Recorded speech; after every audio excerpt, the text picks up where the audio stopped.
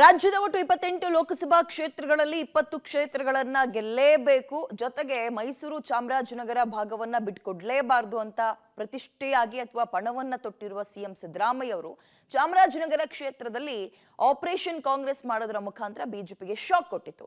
ಅದರ ಮುಂದುವರೆದ ಭಾಗವಾಗಿ ಇದೀಗ ಬಿಜೆಪಿಯ ರಾಜ್ಯಾಧ್ಯಕ್ಷ ವಿಜಯೇಂದ್ರ ಮೈಸೂರಿಗೆ ಸಿಎಂ ಸಿದ್ದರಾಮಯ್ಯ ಆಗಮಿಸೋಕು ಮುಂಚೆಯೇ ಅವರು ಬಂದು ಆಪರೇಷನ್ ಕಾಂಗ್ರೆಸ್ಗೆ ಇದೀಗ ಶಾಕ್ ಕೊಟ್ಟಿದ್ದಾರೆ. ಹಾಗಾದ್ರೆ ಬಿಜೆಪಿ ಪಾಳೆಯದ ತಂತ್ರಗಾರಿಕೆ ಏನು? ಚಾಮರಾಜನಗರ ಕ್ಷೇತ್ರದಲ್ಲಿ ಬಿಜೆಪಿ ಅಭ್ಯರ್ಥಿಯನ್ನ ಗೆಲ್ಲಿಸಿಕೊಳ್ಳೋಕೆ ನೋಡ್ತಾ ಹೋಗೋಣ. ಮೈಸೂರು ಚಾಮರಾಜನಗರ ಕ್ಷೇತ್ರದ ಮೇಲೆ ವಿಜಯೇಂದ್ರ ಕಣ್ಣು. ಚಾಮರಾಜನಗರ ಅಖಾಡದಲ್ಲಿ ಧೂಳೆಬ್ಬಿಸಲಿರುವ ವಿಜಯೇಂದ್ರ.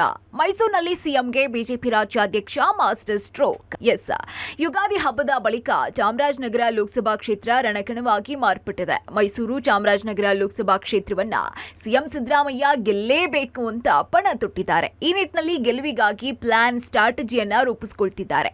ಇದರ ನಡುವೆ ಬಿಜೆಪಿ ರಾಜ್ಯಾಧ್ಯಕ್ಷ ವಿಜಯೇಂದ್ರ ಬಿಜೆಪಿ ಅಭ್ಯರ್ಥಿ ಎಸ್ ಬಾಲರಾಜು ಗೆಲುವಿಗೆ ರಣವ್ಯೂಹವನ್ನ ರಚಿಸಿದ್ದಾರೆ. ಇನ್ನು ಇದರ ಮೊದಲ ಹಂತವಾಗಿ ಚಾಮರಾಜನಗರ ಲೋಕಸಭಾ ಕ್ಷೇತ್ರದ ಹನೂರು ಕೊಳ್ಳೇಗಾಲ ಭಾಗದಲ್ಲಿ ರೋಡ್ ಶೋ ನಡೆಸಲಿದ್ದಾರೆ. ಅಲ್ಲದೆ ಸಿಎಂ ಸ್ವಕ್ಷೇತ್ರದ ಲಿಂಗಾಯತ ಮುಖಂಡರಿಗೆ ಗಾಳ ಹಾಕುವ ಮೂಲಕ ಎಸ್ ಬಾಲರಾಜುಗೆ ಆನೆ ಬಲ ತಂದುಕೊಡುವ ಕೆಲಸಕ್ಕೆ ವಿಜಯೇಂದ್ರ ಕೈ ಹಾಕಿದ್ದಾರೆ.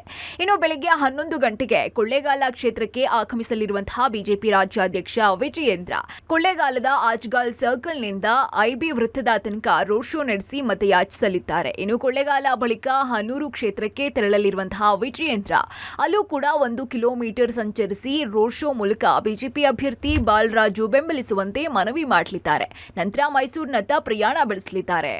ಆಪರೇಷನ್ ಹಸ್ತಕ್ಕೆ ರಿವರ್ಸ್ ಆಪರೇಷನ್ಗೆ ಪ್ಲಾನ್. 2018ರಿಂದ ವರುಣಾದಲ್ಲಿ ಹಿಡಿತ ಹೊಂದಿರುವ ವಿಜಯೇಂದ್ರ ಇತ್ತ ಮೈಸೂರು ಕ್ಷೇತ್ರದಲ್ಲಿ ಸಿಎಂ ಸಿದ್ದರಾಮಯ್ಯಗೆ ಟಕ್ಕರ್ ಕೊಡೋದಕ್ಕೆ ಮುಂದಾಗಿರುವಂತಹ ವಿಜಯೇಂದ್ರ ಆಪರೇಷನ್ ಹಸ್ತಕ್ಕೆ ಸೆಡ್ಡು ಹೊಡೆಯೋದಕ್ಕೆ ರಿವರ್ಸ್ ಆಪರೇಷನ್ ಮಾಡೋದಕ್ಕೆ ಸಕಲ ತಯಾರಿಯನ್ನ ಮಾಡಿಕೊಂಡಿದ್ದಾರೆ. ವರುಣಾದಲ್ಲಿ ಸಿಎಂ ಭಾವನಾತ್ಮಕ ಹೇಳಿಕೆಗೆ ಮಾಸ್ಟರ್ ಸ್ಟ್ರೋಕ್ ಕೊಡೋದಕ್ಕೆ ಪ್ಲಾನ್ ಮಾಡಿರುವಂತಹ ವಿಜಯೇಂದ್ರ ಈಗಾಗಲೇ ವರುಣ ಕ್ಷೇತ್ರದ ಹಲವು ನಾಯಕರಿಗೆ ಗಾಳ ಹಾಕಿದ್ದಾರೆ. ಈಗಾಗಲೇ ಒಂದಿಷ್ಟು ಬಿಜೆಪಿ ನಾಯಕರನ್ನ ಸೆಳೆಯೋದಕ್ಕೆ ಯಶಸ್ವಿಯಾಗಿದ್ದಂತಹ ಕಾಂಗ್ರೆಸ್ಗೆ ತಿರುಗೇಟನ್ನ ಕೊಡೋದಕ್ಕೆ ವಿಜಯೇಂದ್ರ ಪ್ರತಿತಂತ್ರವನ್ನ ರೂಪಿಸಿದ್ದಾರೆ. ಈ ನಿಟ್ಟಿನಲ್ಲಿ ಹಲವು ಕಾಂಗ್ರೆಸ್ ನಾಯಕರು ವಿಜಯೇಂದ್ರ ನೇತೃತ್ವದಲ್ಲಿ ಬಿಜೆಪಿ ಪಕ್ಷವನ್ನ ಸೇರ್ಪಡೆಯಾಗಲಿದ್ದಾರೆ. ಇನ್ನು 2018ರಲ್ಲಿ ವಿಜಯೇಂದ್ರ ಸ್ವತಃ ವರುಣ ಟಿಕೆಟ್ ಆಕಾಂಕ್ಷಿಯಾಗಿದ್ರು. ಕೆಲ ಕಾರಣಗಳಿಂದ ವರುಣ ಕ್ಷೇತ್ರದಿಂದ ವಿಧಾನಸಭೆ ಚುನಾವಣೆಗೆ ಸ್ಪರ್ಧಿಸೋದಕ್ಕೆ ಸಾಧ್ಯ ಆಗಿರಲಿಲ್ಲ.